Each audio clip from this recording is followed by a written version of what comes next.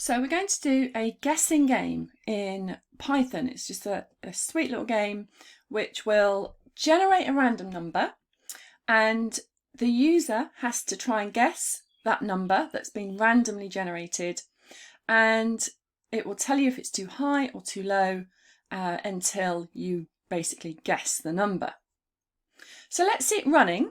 So I've clicked run, and you can see on the right hand side here it says enter an integer from 1 to 99. So I'm going to do what they call the divide and conquer approach.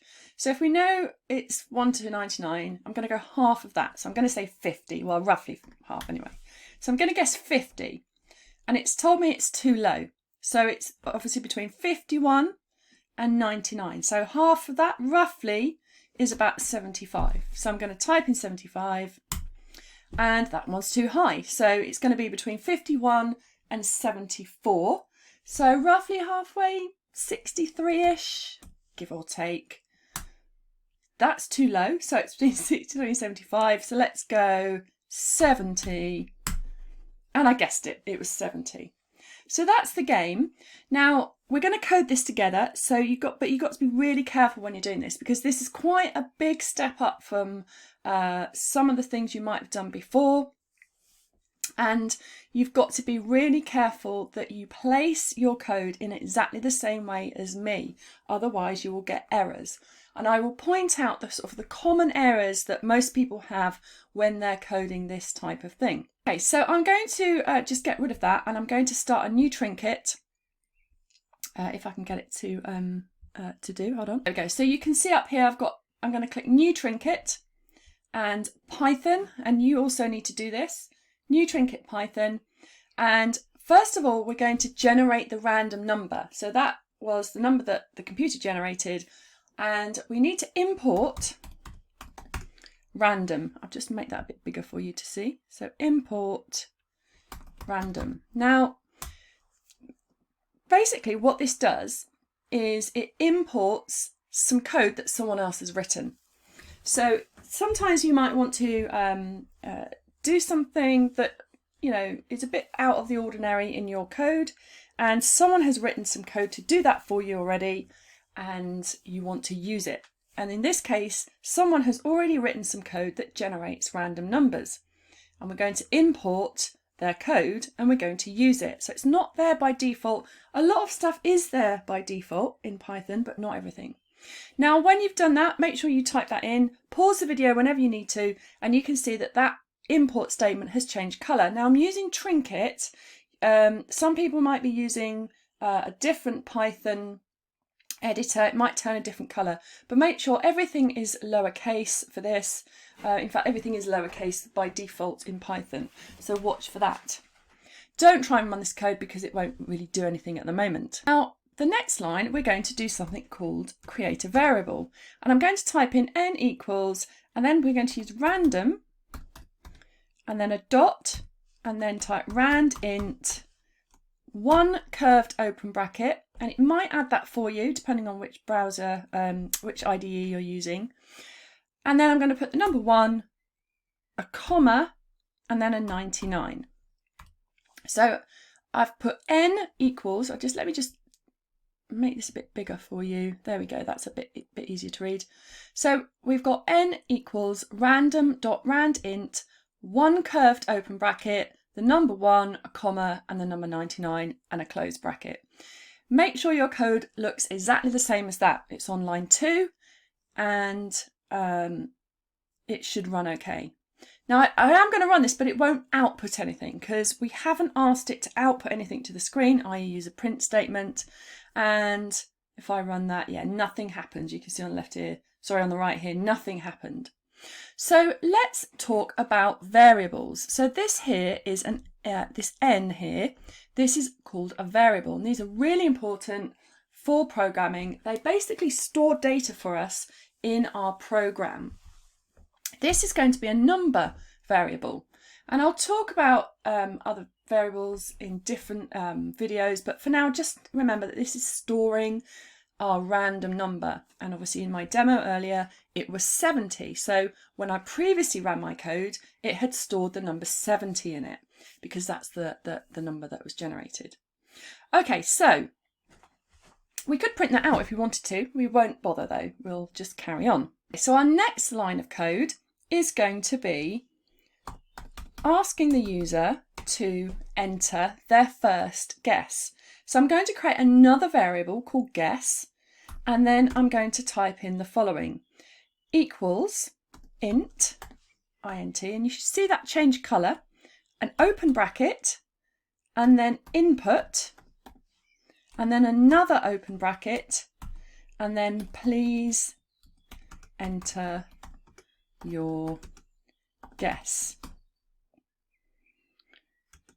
between 1 and 99. Okay, I'll put a colour on there. So be really careful with this. It's really easy to make mistakes when you're copying my code. So if you do get an error, just double check that you've got, for every opening bracket, you've got a closed bracket. So I've got 2 opening brackets here, and I've got 2 closed brackets at the end here. Make sure that the word int is outside one of the brackets, then the input, and then the other opening brackets. Another common error is to only have 1 quote and not 2. So sometimes people do this where they only have 1 quote, and you'll get an error for that. In fact, if I run that, you'll see it's highlighted it in red, and it's basically said at the bottom here, bad token on line 3. So basically that means we need to put in one of those. So just watch those. Okay, so I am going to run this just to show you what it will output. So it says, please enter your guess between 1 and 99. And I can enter my guess in, but it's not going to do anything because we haven't written any other code. Remember that with computers, when we're programming in them, they will only do exactly what we tell them to, nothing more, nothing less. Okay, so next part of the code. So just pause there, make sure you have got that working okay, and then move on. So the next line of code is going to be a loop. Now we're going to use a while loop. So I've typed the word while, all lowercase, and our while loop, basically what it does is it lets us repeat code. So we don't have to have thousands of lines of code. We can repeat things over and over again as long as we want to. And so this is going to be a while loop, like I said, and it's going to be while n, exclamation mark, equal sign, and then quotes, and then the word guess in those quotes. And then finally, outside the quotes, a colon at the end. So copy this code, pause the video, make sure it's okay. Don't run it though, because it won't work at the moment. So hopefully you have got that code the same. I'm then going to press the enter key, and you can see that it has indented the code or my cursor kind of under the I in the while. And this is really important because this is called white space, and white space is really important in Python. It lets us know what code is in that loop. So from now on, because we've indented our code, it's going to be inside that loop.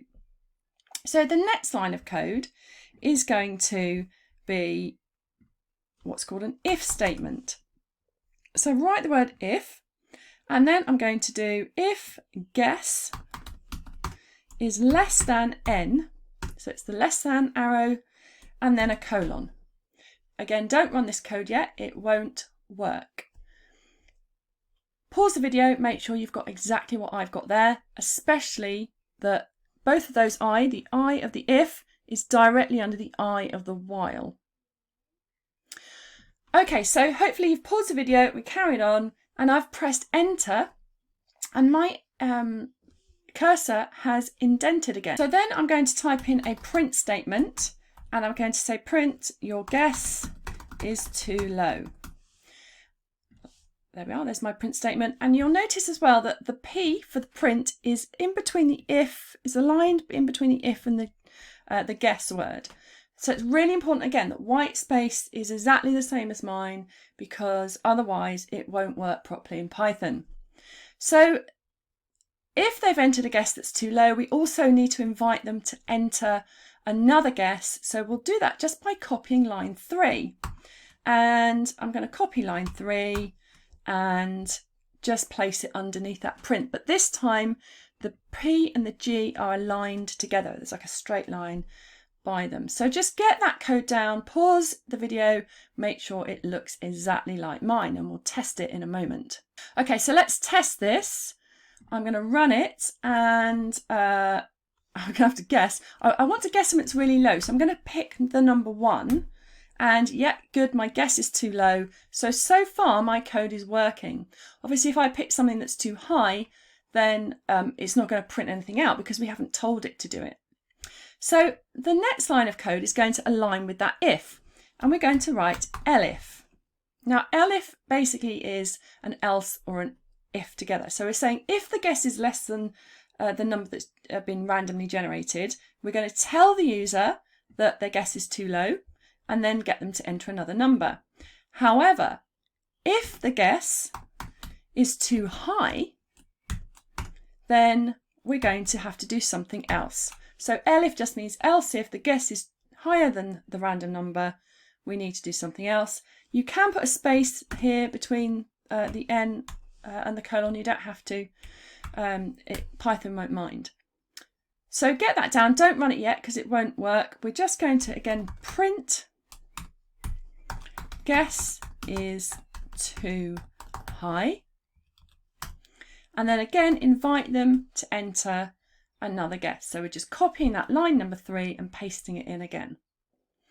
So pause there, make sure your code is exactly the same as mine, remembering that all the white space is the same. The if is slightly indented, the print is even more indented, as is the guess. Then with the elif, it's straight line by the if and the elif, and then the print and the guess are aligned together as well. Okay, so we could test this. I think I will test this. Let's have a go. Let's pick a really high number like 99, and it's too high, so that's good. So if I pick 1, it's too low. So we know that that is working, you know, the high and the low. So what is next? The last thing is what happens if they select the correct number. If they type in the correct number, then we need to handle that. So, oh, I've got an error. Hang on. Not sure why I was getting an error there, but it's gone now. Okay, so the last thing we do is we write else and then a colon. And this is basically our otherwise. So our guess, if it's too low, then we tell them to print it's too low and then guess again. Else if the guess is too high, then print too high, ask them to enter their guess again, and then else is our otherwise. Otherwise, if it's not too high, too low, they must have guessed the number. So, because there isn't anything else, you can't be too high, too low, it's got to be the same. Well done, you guessed. Colon. Then I'm going to go to the end of the line and I'm just going to write the word break. And that is going to break us out of our while loop. So this is like a hard way, a quick hard way to get out of our while loop here, and it will finish.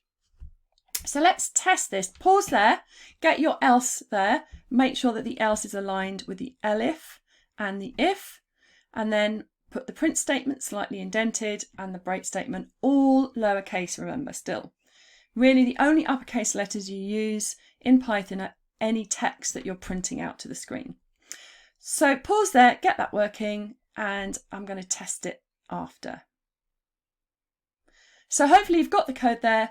Let's run. Okay, let's do this thing where I'm going to check for 50. It's too low. It's too what's that's too low? It needs to be 75. It's too low still. So 80. Still too low. 95. Too high. So it's between 80 and 95. 90.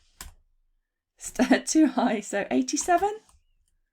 Still too high. 86. Too high. 85. Oops. 85, 84, 83. Yay, it was 83. There we go. Okay, so that is our guessing game. Hope you have fun playing with that.